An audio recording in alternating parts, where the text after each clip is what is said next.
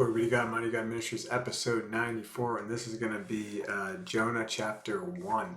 I was looking at another series to do after we finish Revelations, and I looked at a couple ones that I thought would be good, but they are super long. Some of them have 100 chapters in them, and they are just would be really long to go over and hard. Not that we can't do it, and we may do it down the road, but I like to do ones that are either smaller or semi-manageable, obviously, if we do, because if you break them down, you probably have 30 minutes to an hour in the videos, you know that. So that's why I picked that one. But also it was a good one, and I just thought about it because it was one of the things we were talking about. So let's go ahead and get started on this series here. And then we're going to go ahead and read it out just like the other one. So Jonah runs from the Lord. We're going to read this, but that's a bad idea. You cannot run from God. He created everything. So that's a bad idea. We're starting out bad, but let's just go through it. The Lord gave this message to Jonah, son of Amittai. Get up and go to the great city of Nineveh. Announce my judgment against it, because I've seen how wicked its people are. But Jonah got up and went into the opposite direction to get away from the Lord. He went down to the port of Joppa, where he found a ship leaving for Tarshish. He bought a ticket and went on board, hoping to escape from the Lord by sailing to Tarshish.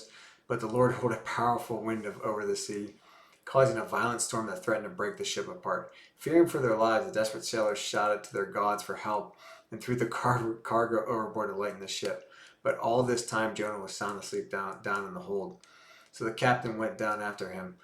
How can you sleep at a time like this? He shouted. Get up and pray to your God. Maybe he will pay attention to us and spare our lives. Then the crew cast lots to see which of them had offended the gods and caused the terrible storms. When they did this, the lots identified Jonah as the culprit. Why has this awful storm come down on us? They demanded. Who are you? What is your line of work? What are your country? Where are you from? What is your nationality? Jonah answered, I am a Hebrew, and I worship the Lord, the God of heaven, who made the sea and the land. The sailors then were terrified when they heard this, for he had already told them he was running away from the Lord. Oh, why did you do it? They groaned. And since the storm was getting worse all the time, they asked him, what should we do to you to stop this storm?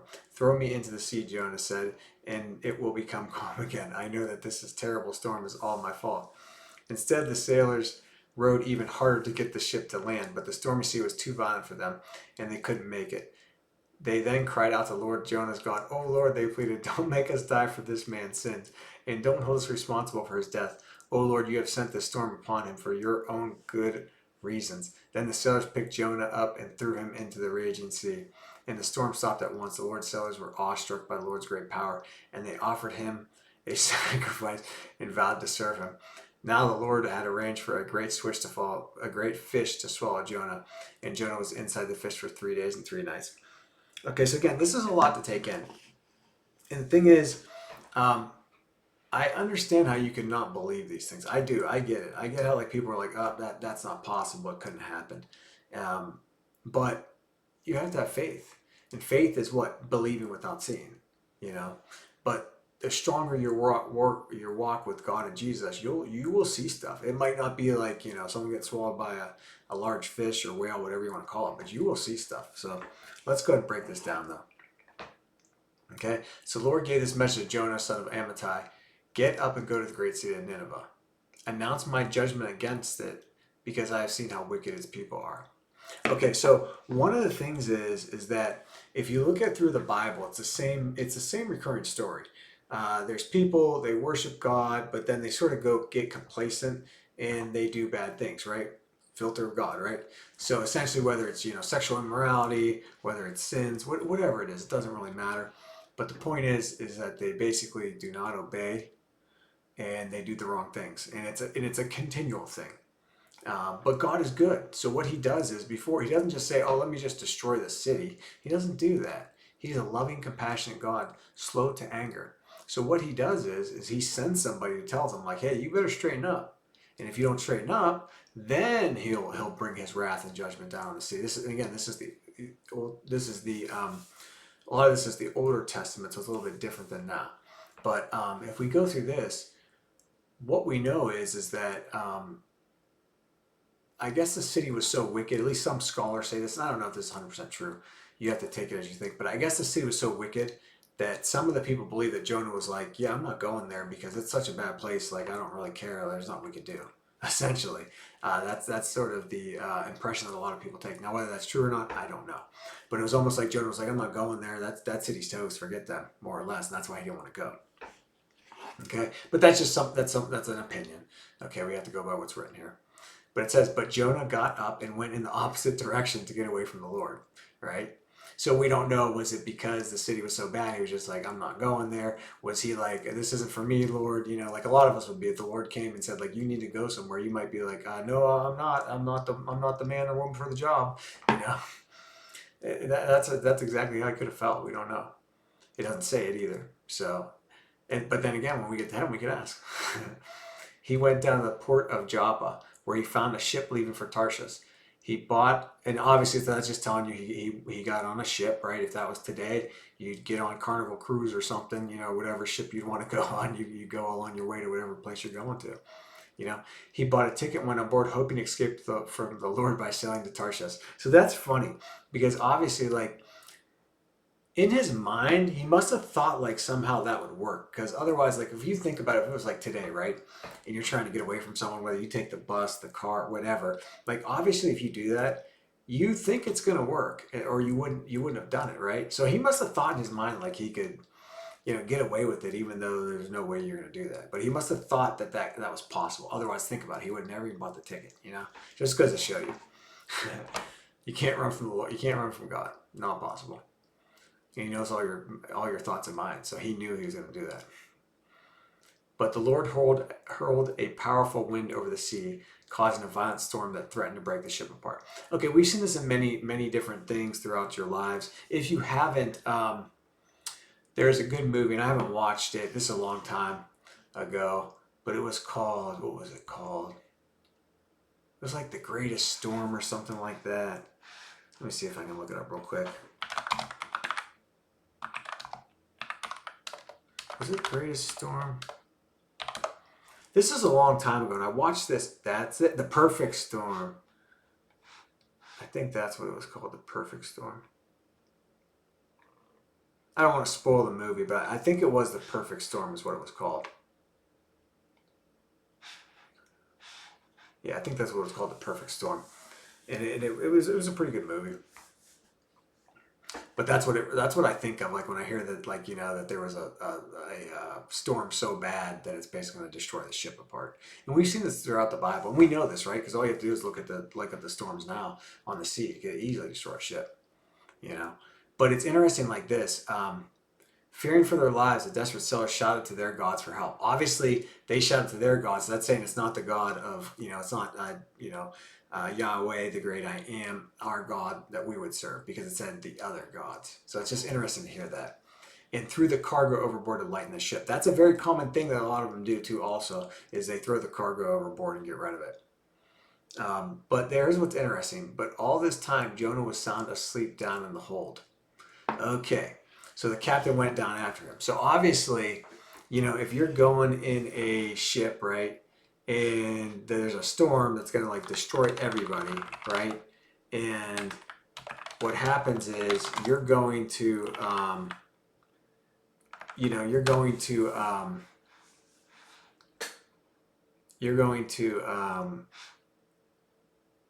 that major storm, most people are going to be panicked. Most people are going to panic. So I think they easily knew that, like, there's something going on here because we're going through this massive storm and the dude's just sitting there sleeping, right? Obviously Jonah, right? And when you think about the stories in the Bible, there's another story. When did this happen? Well, when the apostles were in the boat, right? And there was that big storm they were going through, and they were all fishermen. They were professional fishermen for their whole lives. So they were used to storms. But what happened? Jesus was sleeping, right? There's a comparison here. It's just funny how, like, they were all panicked, right? Jesus is sleeping down below, like, but obviously he's King of Lords of Lord, so he's not worried about it. But it's funny how this is the same. It's a very similar scenario where, like, Jonah's sleeping, and everyone else is, worried to death they're going to die. But how can you sleep at a time like this? Which would make sense, right? They're probably like, whoa, there's something off with this dude because he's sitting there passed out, and that we're going to go down in a shipwreck. So he shouted, "Get up and pray to your God. Maybe he will pay attention to us and spare our lives." Okay, which would make sense because they're probably like, our God didn't do nothing because they're fake idols, right? Their gods aren't even real. They can't do anything. So they said, pray to your God. And then it says, then the crew cast lots to see which of them had offended the gods and caused the terrible storm, right? Okay, so they cast lots. Obviously, they know it's Jonah, right? No matter if they cast lots, which I think was like a way to do, like to play a game to know who would do something or whatever back then. And it says the Romans cast lots for Jesus's clothes, and it's using different terms. I don't know the exact meaning of it off the top of my head, but I know it's some type of game where you figure it out.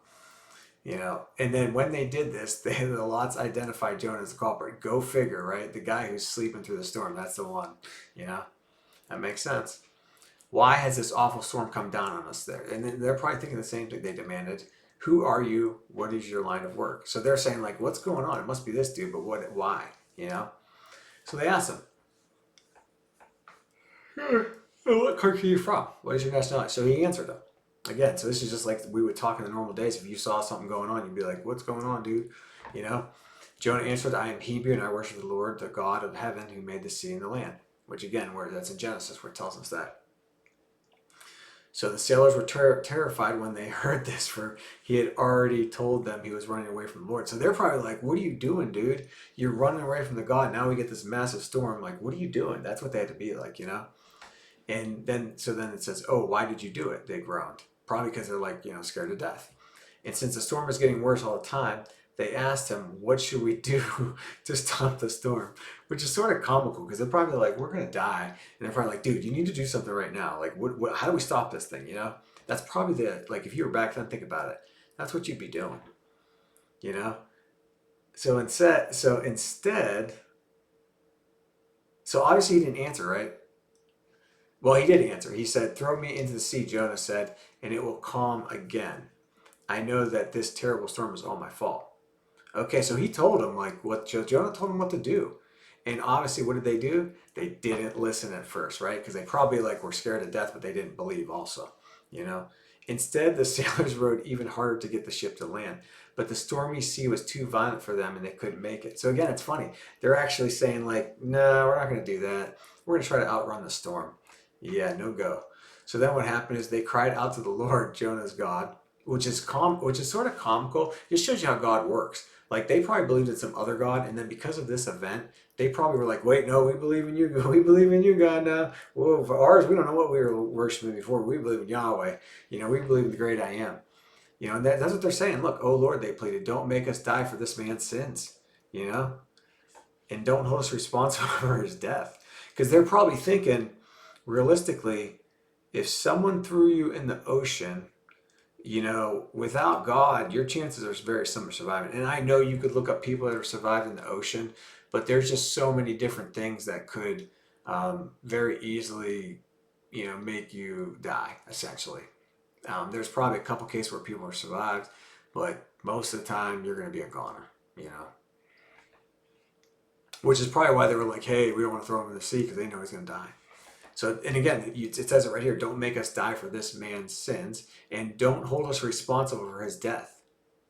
O Lord, you have sent this storm upon him for your own good reasons. So there's probably saying, if we throw him into the sea, he is a goner for sure. So that's what they're doing. They're like, hey, wait a minute, don't hold us for this. If we throw him over the boat, you don't hold us if he dies. Because that's what they're probably imagining. He's dead, But here's what happens. Then the sailors picked Jonah up and threw him into the raging sea. So they finally were like, okay, we're doing it. And the storm stopped at once, which would have told them right then and there, okay, this is the real God. So it's interesting how God even works. Like in that scenario, he probably knew that was going to happen and played out like that so that these other sailors could essentially get saved. Now they believe in God, right? So they actually got saved, which is awesome. And then the sailors, right here it says it, the sailors were awestruck by the Lord's great power, and they offered him a sacrifice and vowed to serve him. So right there, God made a way for these sailors that served, some other fake gods, idols, to serve him by using Jonah, And then it says, now the Lord had arranged for a great fish to swallow Jonah. And Jonah was inside the fish for 3 days and 3 nights. Okay. So when you think about this, what do we think about? We think of the story Pinocchio, right? Where Geppetto essentially was swallowed by the whale. But realistically, that's a cool story, and obviously it's cool. But a lot of people refute this. And the reason why they're going to refute this is because of the fact that it probably was not a whale. Okay, we all think it's a whale because that's just what we, the story. But it doesn't say a whale in there. It says a very big or a big fish essentially. So it doesn't mean it's a whale. I don't know who probably picked up the whale along the way or where you got that story. But essentially, I've watched some different things on a whale, and I guess a whale has a big stomach, but I guess the stuff that goes through is hard to get into it. And they did a thing where if you actually were, swallowed by a whale, you essentially have to put oil on your body to pass through the one section, which would then go to the stomach for that to happen. So it is possible, but probably not very possible because most of the time when they find these whales, they always have little tiny fish inside of them. If you think of a human being like one of us, right? We're at least like, you're probably at least 130 pounds. Maybe, maybe you could be up to 300 pounds. Who knows, right? Depending on your size and shape. So most likely a lot of the ones that they found these great whales, right, that died, and some of them have been found with plastic inside them, right, and that they think that's why they died. We don't know that, but they think that's why they died. Well, the plastic, most of them that they found in there was 50 pounds of plastic or 48.5 pounds or something like that. So realistically, the chance of a human being fitting in them, it's not. It probably was not very logical and doesn't make sense, right? And a lot of people will say, "Oh, that's a fake story. That's not true." But we have to remember that that these stories are true and real, right? What we forget about is we compare it to what we think, right? So we compare it to a whale, right? Which would make sense. Is a person going to fit in a whale? Most likely not. Most likely not. But again, what's the Bible say? It doesn't say a whale. So we have to remember when people say like, "Oh no, that's not possible." We have to say, what does it say? It says that now the Lord has arranged for a great fish to swallow Jonah. It doesn't say a whale. It doesn't say that. It says a great fish. So we don't know what that means. But what we could do is, again, we could think of it logically today's standards, right? And think of something that it could be from back in the day. And how do you do that? Well, you think of what was made back in the day and there's a fish called a lead sitch fish or something. I forget the name of it, but it's one of the biggest fish that people believe ever existed, right? And it's like I don't have the picture of it, but if you looked up this fish, it's like a lot bigger than a whale. But it literally looks like a big fish. Like it's not like a specialized fish. It looks like a big fish, like a bass fish, but just it's just so massive, you know. So we have to think of it like that. And the other thing I was thinking like this is like realistically, if someone told you like that a T Rex existed, right? A T Rex, right? A dinosaur, you would probably say, no, that's not possible, right? We would all realistically, like, again, raise your hand. We would probably be like, there's no such thing as a T Rex, you're crazy. But realistically, they existed. How do we know they existed? Well, there's fossils that just puts together the structure of the animal. So we know they existed. Even though, like, if you went to someone today and said, like, yep, that dinosaur in Jurassic Park that they are mimicking, with video to make it look like it's real, CGI. Would you believe that there's a T Rex and that was real? Or like a Stegosaurus or like a Triceratops? You'd probably be like, no. You'd be like, you're crazy, man. You're crazy. Like if you told that to someone today, but you didn't have the actual evidence for that, you would say they're crazy. So again, this is right here. The fact of it's a large fish is easy to understand because it's not a whale. And I'm going to show you an image real quick. I think this is really cool. Again, let's look at this image of a T-Rex. Now, this doesn't even show like the flesh and everything, but if we just look at the bones, those are real bones that came from the ground. Look at that. Look at the teeth. Like you really, like I would sit there and be like, there's no way a T-Rex existed. But we know they existed because they literally dug up the bones to show that they existed at one time. So it's easy for us to be like, does a T-Rex exist? Yes, it does, because what? We can see it, right? Same as this fish. If there was, obviously, if you have a T-Rex, you could easily have a big fish, and I don't even know all the big fish back then in the prehistoric day or whatever, that time period, whatever you want to call them, right? Again, obviously, God created them, so there could easily be a big fish that could swallow a man. So again, just some points to take, a lot of times we read these and you're like, no way, that doesn't make any sense. But then again, look at the dinosaurs. Do they make sense? Nope, they absolutely do not. They do not make sense at all. But they're real. They're real. We know they're real because they dug them up. So I'm going to end this one. I think it's another. We're going to obviously this cuts a little short, but we're going to go through the other chapters. But again, if you are not saved, read the salvation prayer and click the more link, read the salvation prayer. It is the most important thing you can do in your life. I promise you. Read that out loud. Even if you don't understand what you're doing, that's okay. If you don't understand, just read that out loud. Again, it is the best thing to do. Once you read that, you're basically, if you believe that, you're accepting Jesus into your heart. God will make a way for everything to happen, but you're basically believing that Jesus was sent down to earth in a fleshly body to die on the cross, essentially raised 3 days later through the power of God, and then take away the sins of the world, which means anything you did, good or bad in between, uh, slate wipe clean. The second you do that, you read that prayer, you ask Jesus in your heart, slate wipe clean. You are forgiven. Okay? And now you have salvation. All right? And then God will start the journey with you, the walk. And then the other resource I'm going to give you is Moments with the Book. They are out of Bedford, PA. They are a great resource. They are believers in Christ, obviously, because they're printing tracts and they're giving free resources. The website is mwtb.org. It's mwtb.org. If you go to there and click resources, there's a drop down that says like, am I going to heaven, good or bad? And it'll start explaining these things to you in like basic terms you can understand them. So this again is doing Jonah. This is going to be a great one because it's a really cool one. And then, like I said, we'll see you in the next one.